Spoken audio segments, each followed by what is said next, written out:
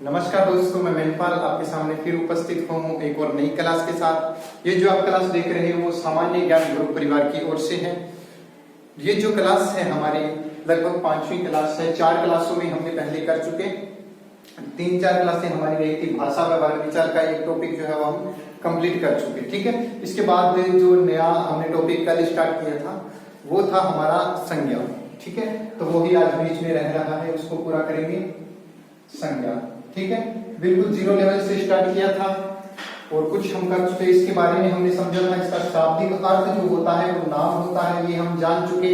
इसके अलावा संज्ञा की परिभाषा जाना था कि संज्ञा किसको कहती है, संज्ञा नाम को कहती है। किसके नाम को कहती है पूछिए तो हमने क्या बताया था, किसी वस्तु, व्यक्ति या स्थान का नाम जो होता है वो संज्ञा कहलाता है। इसके अलावा हमने संज्ञा के 3 भेद किए थे। जो पहला भेद था व्यक्तिवाचक संज्ञा था, वो हम पूरा कर चुके।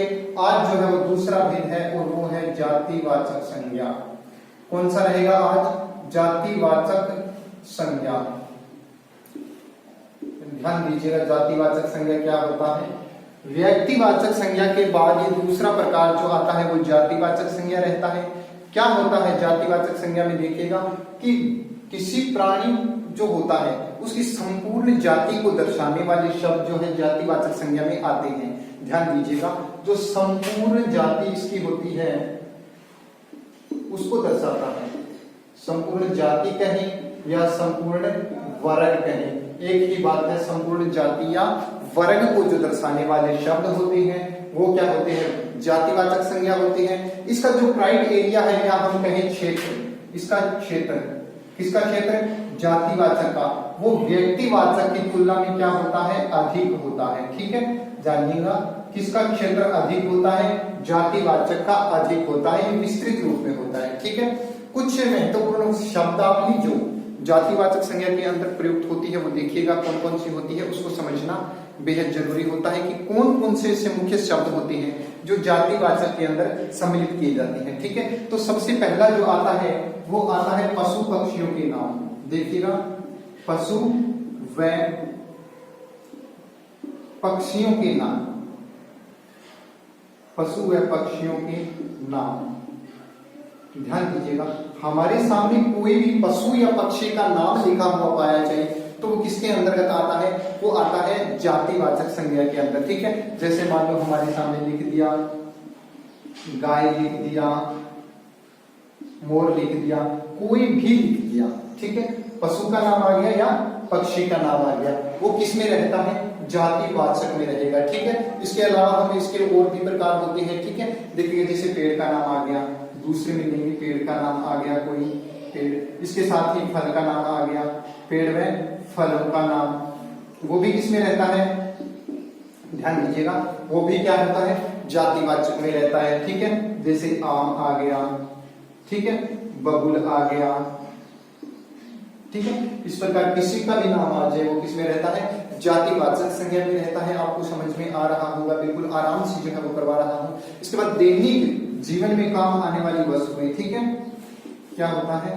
दैनिक जीवन में काम आने वाली वस्तुएं, ठीक है, जितनी भी होती है, चाहे वो मेज है, चाहे वो पंखा है, कोई भी वस्तु जो रहती है वो इसके अंतर्गत आती है, जो दैनिक जीवन में हमें काम आती है, ठीक है। ध्यान दीजिएगा, ये चीजें किसमें आती है? ये आती है जातिवाचक में, ठीक है। इसके अलावा हमारे शरीर के अंगों के नाम, ठीक है, कौन सा रहता है? शरीर के अंगों का नाम जितने भी आएंगे वो इसी के अंतर्गत आएंगे, ठीक है। चाहे वो नाक है, चाहे वो कान है, जो भी हो इसी के अंतर्गत आता है, ठीक है। इसके अलावा कोई पदों का नाम आ जाए, ठीक है, कोई भी पद का नाम आ जाए, लिख देता हूं पद का नाम, ठीक है। जैसे कोई मंत्री है, ठीक है, प्रोफेसर है, कोई जो है, इस प्रकार से कोई भी पद का नाम आता है तो वो इसी के अंतर्गत जो है वो रहता है, ठीक है। इसके अलावा संपूर्ण जाति व वर्ग को दर्शाने वाली, ये यहां तक आपको समझ में आया होगा। मैं इसको इरेज करता हूं, दोबारा लिखता हूं, ठीक है। आगे बढ़ते हैं इसमें। तब तक हमारे चैनल को सब्सक्राइब कीजिएगा और वीडियो को लाइक करना न भूलिएगा।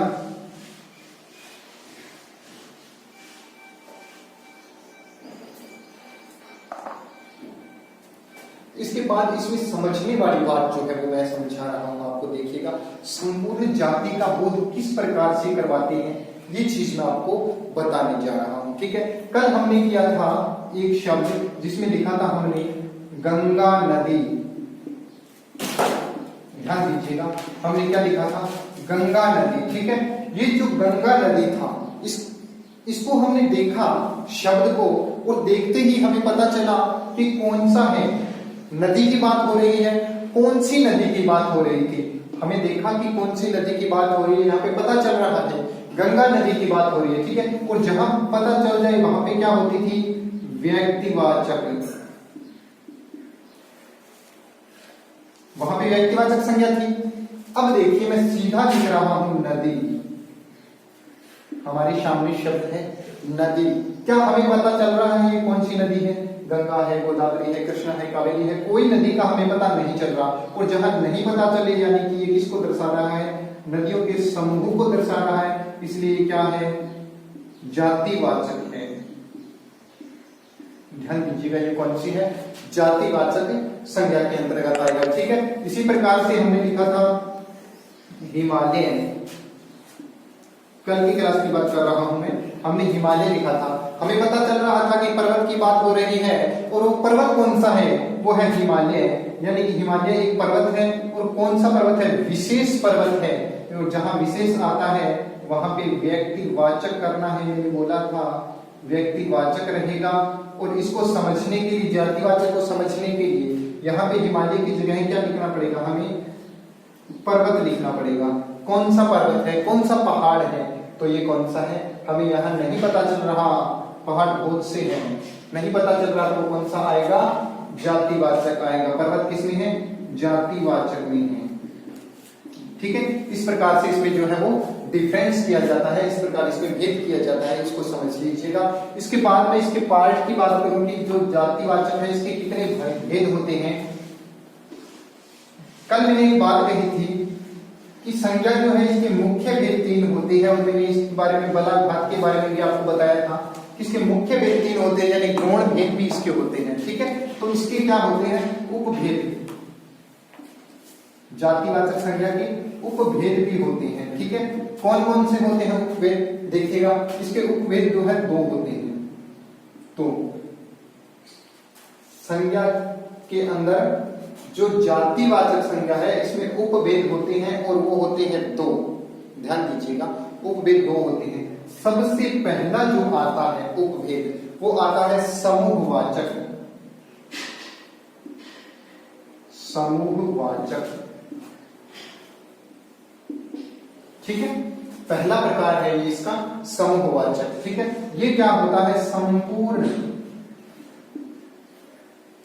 समूह को दर्शाता है, संपूर्ण वर्ग को दर्शाता है। ठीक है, और वैसे संपूर्ण वर्ग को ये भी दर्शाता है, पर ये सारी जाति को दर्शाता है। इसका ये पार्ट है, इसको किस प्रकार से क्लियर किया गया है, अलग किया गया है, वो अभी समझते हैं। ये जो समूहवाचक होता है, ये भी हमारा जो है वो 2 प्रकार का होता है। देखिएगा, जो समूहवाचक होता है ये भी 2 प्रकार का होता है, इसको समझते हैं। जो पहला होता है वो होता है प्राणीवाचक, प्राणीवाचक। इसमें क्या होता है, ये प्राणियों का समूह बताता है। ठीक है, जैसे सभा, कोई दल है।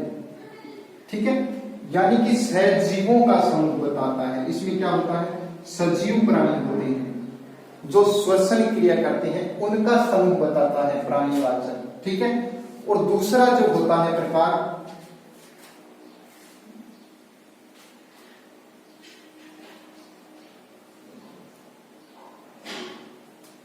पदार्थवाची होता है। इसका दूसरा जो है वो पदार्थवाची होता है। पूरा नाम इसका होगा पदार्थवाची जातिवाचक संज्ञा। ठीक है, पूरा नाम लिख सकते हो आप। इसमें क्या होता है, संपूर्ण जो है पदार्थों का जो ग्रुप है वो दर्शाता है। जैसे इसमें आता है निर्जीव,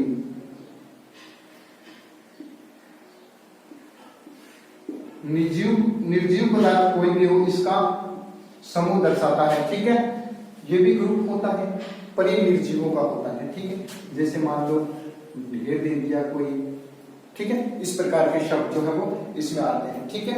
यहां तक क्लियर है आपको। इसके बाद जो समूहवाचक का दूसरा है वो द्रव्यवाची होता है। दूसरा कौन सा होता है? द्रव्यवाची। पहला हमने किया समूहवाची और दूसरा जो होता है द्रव्यवाची होता है, ठीक है। इसको एक दो न देख करके इसको ए और बी भी मान सकते हैं, ठीक है।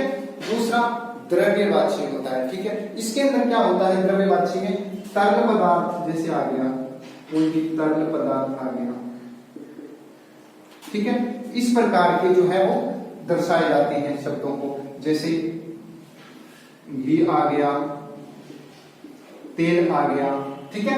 ये सारे के सारे इसके अंतर्गत आते हैं।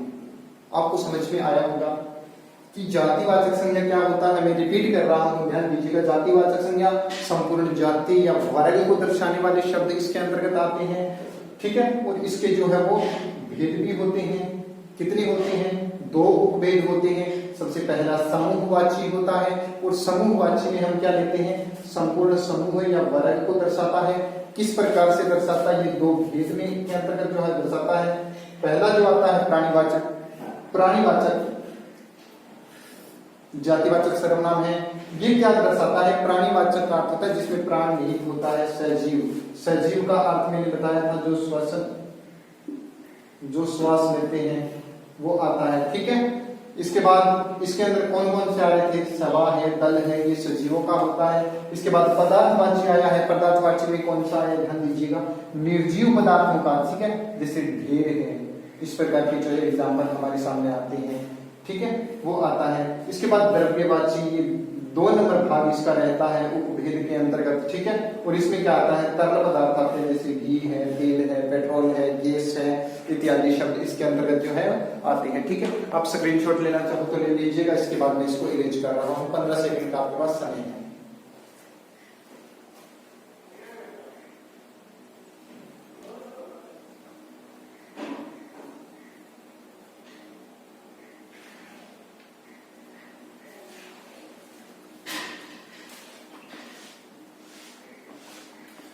चलिए बढ़ते हैं आगे।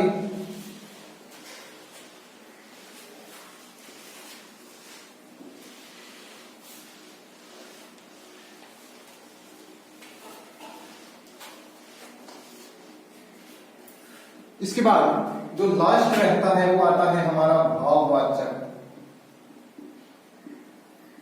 भाववाचक संज्ञा। ध्यान दीजिएगा, भाव से अर्थ क्या होता है? भाव का यहाँ पे अर्थ मैं लूंगा फीलिंग्स से। वे चीजें जो सिर्फ महसूस की जा सके।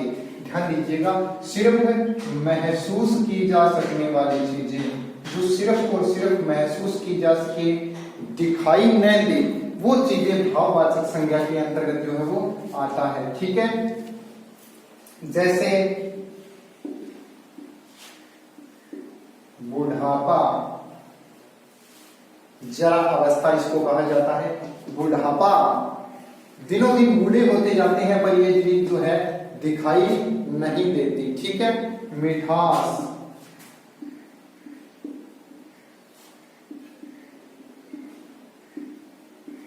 लालिमा, दर्द, दुख, खुशी इत्यादि शब्द जो है वो भाववाचक संज्ञा के अंतर्गत आते हैं। ये ऐसी चीजें हैं जिनको सिर्फ और सिर्फ महसूस किया जा सकता है, देखा नहीं जा सकता, ठीक है। इसके बाद मैं आपको कुछ क्वेश्चन दे रहा हूं, वो आपने करने हैं, ठीक है। और इसके अलावा कुछ शब्द ऐसे भी हैं जो एक दूसरे से मिलकर के बना है, तो वो भी देख लीजिएगा। जैसे सर्वनाम शब्द होते हैं कुछ, ठीक है, सर्वनाम शब्द होते हैं। उससे क्या बनता है? कई बार भाववाचक संज्ञा बना ली जाती है। वो किस प्रकार से है? देखिएगा, अपना। जितने भी इस प्रकार के शब्द होते हैं, अपना है, पराया है, आप है, हम है, तुम है, तो ये सारे के सारे शब्द सार्वनामिक शब्द होते हैं। 11 प्रकार के होते हैं, वो अगले वीडियो में देखते हैं अपने, ठीक है। जो अपना है, इसको भाववाचक संज्ञा में कैसे बनाएंगे? इसके साथ पन लगाएंगे और अपनापन बनाएंगे। इसको अपना ठीक है, इस प्रकार से भाववाचक में भी इसको बनाया जा सकता है। तो कुछ शब्द इस प्रकार के से भी जो होते हैं, ठीक है, ये चीजें सिर्फ भाववाचक के अंतर्गत आती है, ध्यान दीजिएगा। इसके बाद एक दो शब्द और करते हैं, इसके बाद ये हमारा टॉपिक जो है वो क्लियर हो जाएगा।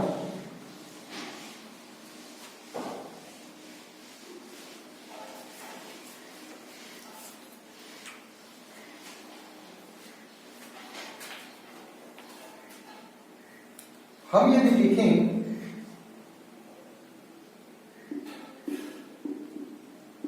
सेब, एक फल का नाम है, किसके अंतर्गत आता है? हमें पता है सेब एक फल का नाम है, और फलों का नाम जितने भी होते हैं, पेड़ पौधों के नाम होते हैं, हमने किस में लिया था? जातिवाचक में लिया था, जातिवाचक में लिया था, ठीक है। इसके अगर लिखा जाए कि सेब बहुत मीठा है, मीठा है, ठीक है, यहाँ पे अंडरलाइन देगा। एग्जाम में अगर इस प्रकार के क्वेश्चन आते हैं तो ध्यान दीजिएगा, अंडरलाइन जरूर किया होगा, जिसके बारे में पूछा जाए उसको अंडरलाइन किया होगा, और हमें उत्तर उसी अंडरलाइन को ध्यान में रखते हुए किया जाए, करना होगा। इसमें मीठा लिखा हुआ है, ठीक है, तो इसको क्या बताएंगे हम? भाववाचक संज्ञा बताएंगे, भाववाचक संज्ञा बताना है, ध्यान दीजिएगा, ठीक है। इस प्रकार के शब्द जो है वो अंडरलाइन को भी हमने ध्यान में रखना है, ठीक है। तो ये आज का लगभग हमारा टॉपिक जो है वो क्लियर हुआ। इसके अलावा कोई रह रहा है तो आप कमेंट बॉक्स में लिख दीजिएगा, मैं आपकी वेट कर रहा हूँ, यहीं पे हूँ मैं, और आपका जो है वो रिप्लाई दूंगा मैं, बिल्कुल आपके कमेंट का उसमें उत्तर मैं आपको बता दूंगा, ठीक है। कुछ इसमें मेरे ख्याल से नहीं छूटा होगा, या अगर कुछ रह रहा है तथ्य आपके दिमाग में कुछ आ रहा है कि ये तथ्य रह गया, तो हम इसके अगला टॉपिक जस्ट ही सर्वनाम करने वाले हैं, ठीक है। यानी कि अगली क्लास जो हमारी रहेगी वो सर्वनाम रहेगी, और संज्ञा और सर्वनाम दो टॉपिक जो है वो एक दूसरे से रिलेटेड होते हैं, ठीक है। तो उसके अंदर जो है वो क्लियर हो जाएगा, ठीक है। तो अंत में मैं ये कहूंगा, मुझे बहुत आशा है, बहुत उम्मीद है आपसे कि मेरे वीडियो को आप जरूर लाइक करोगे, सब्सक्राइब करोगे। धन्यवाद, आपका मुझे प्यार यूं ही मिलता रहे। धन्यवाद।